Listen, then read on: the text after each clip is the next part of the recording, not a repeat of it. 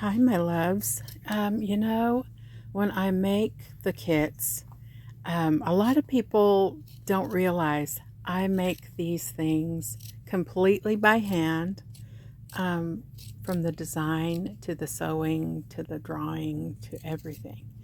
And these kits have been a lifesaver during May. And they're going to be a lifesaver, I think, during this month as well.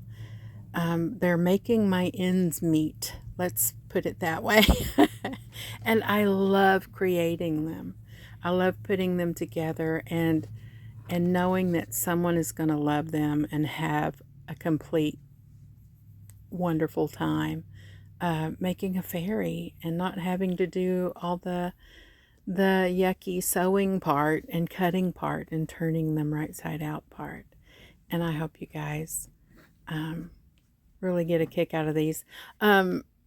Most of these I'm going to finish and put them together myself, and they're going to be finished fairies for patrons, for everybody. I love you guys so much. Thank you for being here for me and for the fairies. I wish you the best fairy blessings.